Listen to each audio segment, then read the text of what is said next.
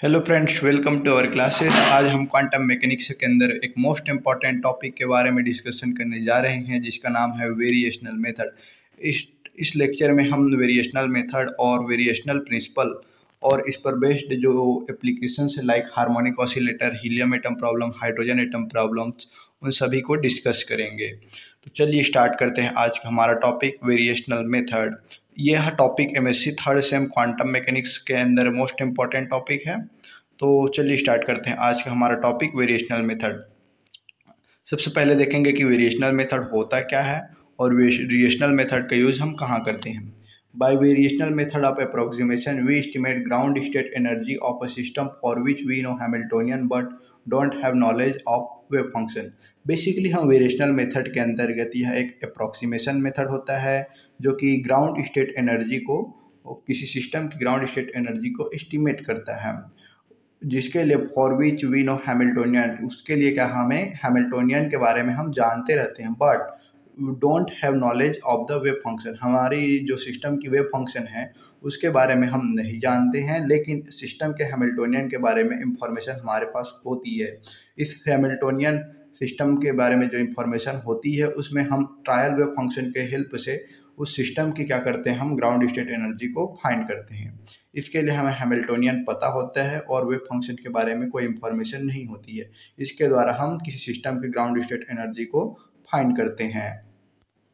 Sometimes we can find first excited state and the second excited energy and further। हम कभी कभी first excited state और second excited state energy को भी find करते हैं। अगर हमें फर्स्ट एक्साइटेड स्टेट और सेकेंड एक्साइटेड स्टेट फाइंड करनी है तो उसके लिए कंडीशन होती है कि when you can estimate first excited state energy that of the further excited state. और हमें फर्स्ट एक्साइटेड स्टेट या फिर किसी अदर एक्साइटेड स्टेट की एनर्जी फाइंड करनी है तो उसके लिए क्या होना चाहिए, व्हेन पोटेंशियल, किस सिस्टम के लिए फाइंड कर सकते हैं, जब when potential V is even potential our system about are symmetric about a y-axis, then we can estimate energy of excited state by variational method। अगर किसी सिस्टम की जो पोटेंशियल है वह एक इवन पोटेंशियल है या फिर सिमेट्रिक है अबाउट वाई एक्सिस के, एक इवन पोटेंशियल या फिर सिमेट्रिक अबाउट वाई एक्सिस है, मतलब वाई एक्सिस के अबाउट हम यहाँ पर जाएं और यहाँ पर देखें तो दोनों पर हमें वैल्यू क्या मिलनी चाहिए, एक समान मिलनी चाहिए, तो उसे क्या कहेंगे, हम सिमेट्रिक कहते हैं। तो वाई एक्सिस के अबाउट क्या होना चाहिए, यह सिमेट्रिक होना चाहिए। तब ऐसे पोटेंशियल के लिए हम फर्स्ट एक्साइटेड स्टेट और सेकेंड एक्साइटेड स्टेट को भी फाइंड कर सकते हैं। ये किसी टाइप के पोटेंशियल होते हैं, ये इस टाइप के पोटेंशियल को हम हार्मोनिक ऑसिलेटर के जो पोटेंशियल होते हैं वो हमें इस से इवेंट पोटेंशियल या फिर सिमेट्रिक पोटेंशियल मिलते हैं। Variational method of approximation is based on the variational principle. हमारा जो वेरिएशनल मेथड होता है ग्राउंड स्टेट अप्रोक्सीमेट करने का, वह वेरिएशनल प्रिंसिपल पर बेस्ड होता है। तो चलिए देखते हैं हम वेरिएशनल प्रिंसिपल क्या होता है और उसे हम प्रूव भी करेंगे। Variational principle, variational principle gives an upper bound to ground state energy, and according to it ground state energy is less than or equal to the expectation value of the Hamiltonian in any normalized arbitrary state। हमारा जो variational principal है वह क्या कहता है, variational principle gives upper bound to the ground state energy. जो ground state energy है उसका क्या देता है, अपर बाउंड देता है, बाउंड देता है। हमारा जो वेरिएशनल प्रिंसिपल है ग्राउंड स्टेट का अपर बाउंड एनर्जी देता है, मतलब ग्राउंड स्टेट की जो हाईएस्ट एनर्जी है उसको देता है। एंड अकॉर्डिंग टू इट, इसके अनुसार state energy is less than, ground state energy is less than or equal to the expectation value of the Hamiltonian. किसी भी सिस्टम की जो हैमिल्टोनियन की एक्सपेक्टेशन वैल्यू को हम इस प्रकार से डिनोट करते हैं, किसी भी सिस्टम के हैमिल्टोनियन की जो एक्सपेक्टेशन वैल्यू है वह उसके ground state expectation value of Hamiltonian is always less than or is equal to, जो हैमिल्टोनियन के एक्सपेक्टेशन वैल्यू से हमेशा कम या फिर बराबर होता है उसकी ग्राउंड स्टेट की अपर बाउंड एनर्जी। मतलब ग्राउंड स्टेट की जो अधिकतम ऊर्जा है वह उसके सिस्टम के हैमिल्टोनियन के एक्सपेक्टेशन वैल्यू से हमेशा छोटी होगी या फिर बराबर होगी। ये कहता है हमारा वेरिएशनल प्रिंसिपल। और हम जो एक्सपेक्टेशन वैल्यू ऑफ हैमिल्टोनियन है उसे कैसे लिखते हैं, हम इस फॉर्मेट में लिखते हैं कि यहाँ साई क्या होता है, एक arbitrary normalised eigenstate wave function होता है, नॉर्मलाइज्ड स्टेट होता है जिस पर हम एच कैप का वैल्यू निकालते हैं, एच हैमिल्टोनियन ऑपरेटर का एक्सपेक्टेशन वैल्यू का वैल्यू निकालते हैं। Upper bound can more than it. अब हमारा जो एक्सपेक्टेशन वैल्यू का हैमिल्टोनियन का एक्सपेक्टेशन वैल्यू है उससे अधिक नहीं हो सकता हमारा जो ग्राउंड स्टेट की अपर बाउंड एनर्जी है। अब हम इसका प्रूफ देखेंगे, proof of variational principle. Let हम मानते हैं कि एच कैप एक हैमिल्टोनियन है, क्वांटम मैकेनिकल ऑपरेटर है, और हमें पता है कि जो हैमिल्टोनियन ऑपरेटर है it means corresponding to dynamical. हमारा जो हैमिल्टोनियन ऑपरेटर है किसी भी वेव फंक्शन के साथ ऑपरेट करने पर हमें क्या मिलती है, उसकी डायनामिकल वेरिएबल मतलब एनर्जी मिलती है। एनर्जी हम देखे हैं कि H psi is equal to लिखते हैं ई साई, जहाँ ई क्या होती है, हमारी एनर्जी होती है। किसी साई स्टेट के किसी आइगन स्टेट की एनर्जी को हमारा हैमिल्टोनियन करस्पॉन्ड करता है। जो एनर्जी है क्या, एक डायनामिकल वेरिएबल है। तो इससे क्या पता चलता है हमें कि जो हमारा हैमिल्टोनियन है एक हर्मिशियन ऑपरेटर होता है। हमारा जो हैमिल्टोनियन एक है हर्मिशियन ऑपरेटर होता है। और हर्मिशियन की प्रॉपर्टी से हम जानते हैं कि जो हर्मिशियन ऑपरेटर होते हैं उनके लिए जो आइगन वैल्यू होते हैं वो रियल होते हैं। आइगन वैल्यूज आर रियल, यहाँ पर और की जगह में आर कर लीजिएगा। Eigenvalues are real and eigenfunctions are orthonormal. Orthonormal मतलब ये ऑर्थोगोनल भी होते हैं और ऑर्थोनॉर्मल भी होते हैं। And form A complete set, और क्या करते हैं ये एक कंप्लीट सेट बनाते हैं। फॉर्म ए कंप्लीट सेट, एक कंप्लीट सेट बनाते हैं। इस प्रकार से हाँ हमारा जो हैमिल्टोनियन ऑपरेटर हमने कंसीडर किया, जो कि देखे हम एक हर्मिशियन ऑपरेटर होता है, जिस हर्मिशियन ऑपरेटर के आइगन वैल्यूज रियल होती हैं, आइगन फंक्शन आर ऑर्थोनॉर्मल होती हैं और एक कंप्लीट सेट बनाते हैं। आगे प्रोसीड करते जाएंगे हम। ऑर्थोनॉर्मलिटी कंडीशन, ऑर्थोनॉर्मलिटी कंडीशन देख रहे हैं। ऑर्थोनॉर्मलिटी कंडीशन क्या होती है कि अगर हम साई एम और साई एन का इनर प्रोडक्ट लें, कि हम साई एम और साई एन, इसको क्या बोलते हैं हम, इनर प्रोडक्ट बोलते हैं इसको हम इनर प्रोडक्ट। अगर हम साई एम और साई एन का इनर प्रोडक्ट लें तो हमें क्या मिलती है, डेल्टा एम एन मिलती है। अगर एम और एन दोनों बराबर हैं तो 1 मिलती है हमें। तो इसे क्या कहते हैं हम, नॉर्मलाइजेशन कंडीशन कहते हैं। और अगर साई एम और एन एक दूसरे के बराबर नहीं हो तो इसको हमें की वैल्यू मिलती है 0। इसको क्या बोलते हैं हम, ऑर्थोगोनालिटी कंडीशन। 0 मिलती है अगर साई एम और एन बराबर नहीं होते हैं, इसे ऑर्थोगोनालिटी, और अगर एम और एन बराबर होते हैं तो 1 मिलते हैं, इसे नॉर्मलिटी कंडीशन कहते हैं। और अगर हम इनका आउटर प्रोडक्ट लेते हैं, ये है हमारा आउटर प्रोडक्ट, साई एम और साई एन का आउटर प्रोडक्ट लेते हैं तो हमें एक आइडेंटिटी के बराबर मिलती है। तो ये क्या किसके बराबर मिलती है, एक आइडेंटिटी के बराबर मिलती है। और हम जानते हैं कि किसी आइडेंटिटी को किसी भी नंबर से मल्टीप्लाई करने पर हमें वही नंबर फिर से मिल जाती है, ठीक है। और हमारा जो कंप्लीटनेस कंडीशन है, यहाँ पर क्लोजर कंडीशन है, वो क्या कहता है कि completeness condition implies that any arbitrary wave function, completeness condition implies that any arbitrary wave functions can be written as a linear combination of eigenstate of Hermitian operator।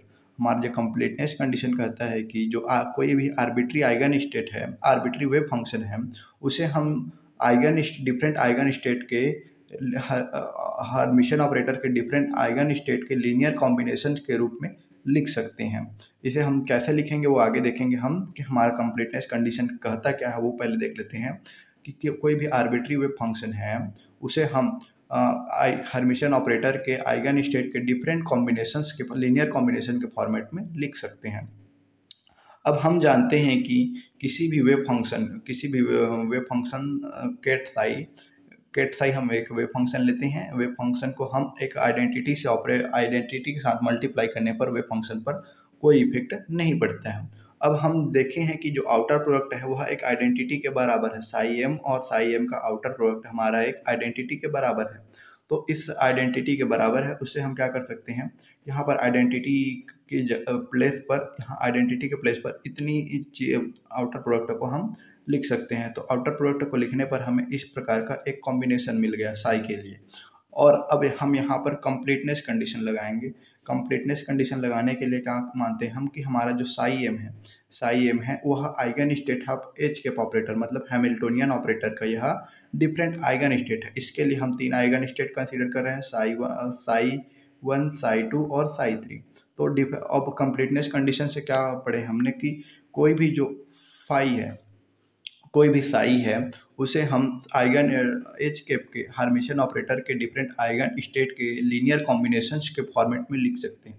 तो इसे हम साई को लिख रहे हैं लीनियर कॉम्बिनेशन के फॉर्मेट में psi one M की जगह में जस्ट 1 पुट करेंगे एक बार, उसके बाद 2, उसके बाद 3, तो हम इसे लिख सकते हैं ket psi one into inner product of psi one psi, उसके बाद plus ket psi two into inner product of psi one psi two and psi, plus ket psi three into inner product of psi three Sai.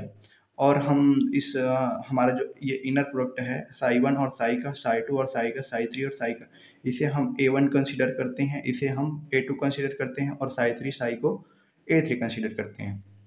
इस प्रकार से हमें ये equation मिल गई, ket psi is equal to A1 ket psi one plus A2 ket psi two plus A3 ket psi three.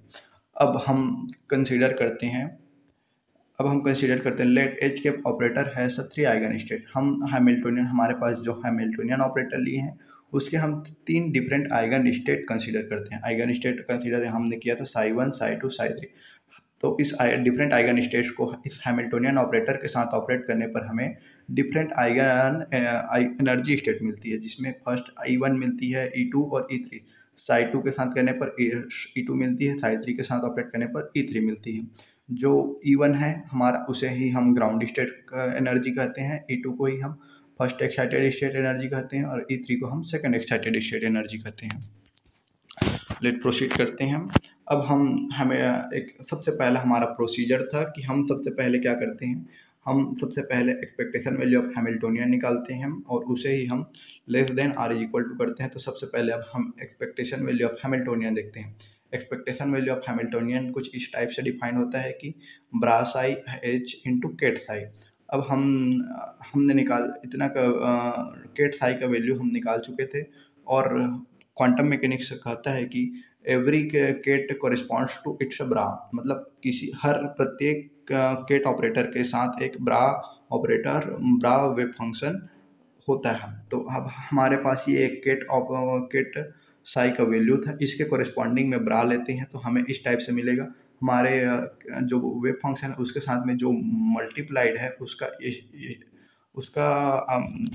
Star हो जाता है, उसका हम हर्मिशियन लेते हैं। उसी प्रकार से A2 A3 का भी हर्मिशियन होगा और केट साई वन की जगह में हम केट साई वन को हम ब्रा साई वन से रिप्लेस करेंगे। इस प्रकार से इस कॉरेस्पॉन्डिंग केट के रेस्पेक्ट में हमें ये इस केट के रेस्पेक्ट में हमें कॉरेस्पॉन्डिंग ब्रा ऑपरेटर है, इसका वैल्यू है ये, और बीच में हम एच का मल्टीप्लाई कर दिए। तो इस प्रकार से हमें ये इक्वेशन मिल गई। अब इस इक्वेशन में इस साइड को तो वैसे ही रख दिए, उसके बाद इसमें एच कैप को हम साई वन के साथ ऑपरेट कर दिए पहले, उसके बाद एच कैप को साई टू के साथ, उसके बाद एच कैप को साई थ्री के साथ ऑपरेट कर दिए।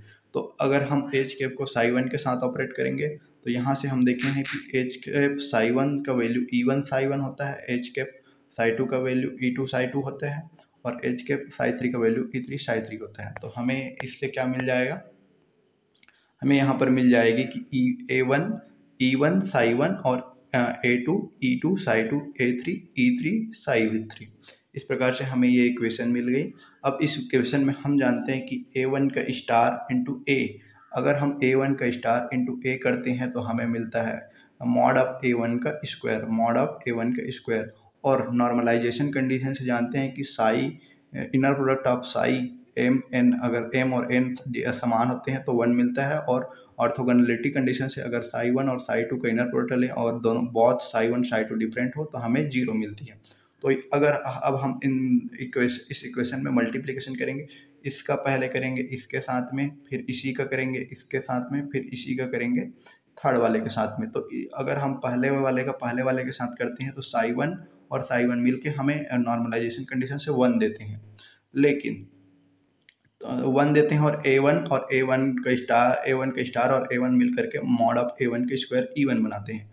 लेकिन अगर हम फर्स्ट वाले का सेकंड वाले के साथ करेंगे तो क्या होगा कि हमारा जो साई वन है, ब्रा साई वन है और केट साई टू है, तो ऑर्थोगोनलिटी कंडीशन से इसका वैल्यू 0 मिल जाता है। वैसे ही अगर इसका हम थर्ड वाले के साथ करेंगे तो इसमें भी साई वन और साई थ्री दोनों ऑर्थोगोनलिटी कंडीशन से 0 हो जाते हैं। उसी प्रकार से सेकेंड वाले का सिर्फ इसके साथ वैल्यू मिलेगा, थर्ड वाले का सिर्फ इसके साथ वैल्यू मिलेगा। तो इस प्रकार से हमें सेकेंड वाले में A2 का स्टार और A2 मिलके मॉड ऑफ A2 बनते हैं, A2 का स्क्वायर E2 बनाते हैं, और A3 का स्टार और A3 मिलके मॉड ऑफ A3 का स्क्वायर E3 बनाते हैं। इस प्रकार से हमें इक्वेशन नंबर 1 मिलता है।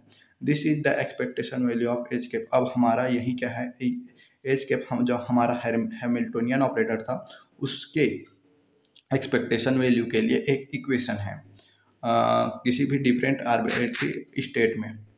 अब हम क्या करेंगे, अब हम देखेंगे कि this is expectation value of Hamiltonian since अब हम जानते हैं कि हमारा जो साई है, कोई भी आर्बिट्री वेव फंक्शन लिए थे वो नॉर्मलाइज्ड है, मतलब inner product of psi is equal to 1 है। सो अब हमारा अगर वेव जो हमारा और आर्बिट्री आइगन वेव फंक्शन था वह नॉर्मलाइज्ड है, तो हमें इस वेव फंक्शन के कॉरेस्पॉन्डिंग में जो ये वैल्यूज मिली हैं, वैल्यूज a1 a2 स्केलर्स मिले हैं, ये स्केलर्स हैं, तो इनकी वैल्यू क्या हो जाएगी, ये भी 1 के इज इक्वल टू हो जाएंगी। वेव फंक्शन क्योंकि हमारा नॉर्मलाइज्ड था, इसके कॉरेस्पॉन्डिंग में हमें a1 a2 मिल गया था। क्या हम लिखे थे, a1 का वैल्यू क्या लिखे थे, a1 क्या था हमारा psi1 into psi is equal to लिए थे हम a1। तो इससे हमें क्या पता चलता है कि ये नॉर्मलाइज्ड है, ये नॉर्मलाइज्ड है, मतलब इनकी वैल्यू psi1 और psi2 की वैल्यू 1 के कॉरेस्पॉन्डिंग होनी चाहिए। तो इससे हमें ये कंक्लूड करने पर, फाइनल कंक्लूड करने पर हमें ये मिलती है कि मॉड ऑफ a1 के square plus mod of a2 के square plus mod of a3 के स्क्वायर, तीनों का सम करेंगे तो हमें 1 के बराबर मिलती है नॉर्मलाइजेशन कंडीशन से। अब यहाँ पर देखिए, इसे हम मान लेते हैं इक्वेशन नंबर 2, और इक्वेशन 1 और इक्वेशन 2 से देखते हैं कि अगर हम a2 और a3 इन दोनों की वैल्यू को हम अगर 0 पुट करते हैं, इन दोनों की वैल्यू को 0 पुट करेंगे तो हमें मॉड ऑफ a1 के स्क्वायर इज इक्वल टू 1 मिलेगा। इस वैल्यू 1 को हम यहाँ पर रखेंगे तो हमें क्या मिलेगी कि जो e1 इंटू 1 इंटू e1 ये किसके बराबर मिलेगी, एच कैप के बराबर मिलेगी। यहाँ से क्या मिलेगी कि e1 का वैल्यू हमारा एक्सपेक्टेशन वैल्यू ऑफ एच के बराबर मिल जाएगी। ठीक है, तो इस प्रकार से हमारा ये इक्वेशन 1। और सेकंड, अगर हम देखें कि हम अगर हमारा इनका वैल्यू 0 ना हो, नॉट इज इक्वल टू 0, तो क्या मिलेगा, ये फंक्शन इसमें भी कुछ वैल्यू मिलेगी, इसमें भी कुछ वैल्यू मिलेगी। तो इससे क्या पता चलेगा कि हमारा जो e1 का वैल्यू है, हमारा जो e1 मतलब ग्राउंड स्टेट की वैल्यू है, वह इसके पास कितना है, इसके पास इतना टोटल सम है। तो अगर हमारा क्या मिलेगा कि इसमें कुछ वैल्यू जोड़ने पर इसका वैल्यू कितना आएगा, हमारा इसका e1 का वैल्यू हमेशा, इससे पता चल रहा है कि यह एच छोटा है किससे, एच कैप के, हमारा जो एच कैप का एक्सपेक्टेशन वैल्यू है उससे हमारा छोटा आ रहा है। e1 का वैल्यू एच कैप के एक्सपेक्टेशन वैल्यू से हमारा लेस देन आ रहा है इस कंडीशन में, अगर ये दोनों 0 के बराबर नहीं है। तो इस प्रकार से हम कंक्लूड कर सकते हैं कि हमारा e1 is always less than or is equal to the expectation value of h cap। यही हमारा वेरिएशनल प्रिंसिपल है और यही हमारा प्रूफ है। नेक्स्ट सेक्शन में हम देखेंगे कि वेरिएशनल मेथड ऑफ अप्रोक्सीमेशन के अंडर के जो एप्लीकेशंस है like harmonic oscillator problem, hydrogen atom problems discuss करेंगे। तो आई होप आप सभी को ये समझ आया होगा। Please comment your suggestions and also like and subscribe my channel. Thank you.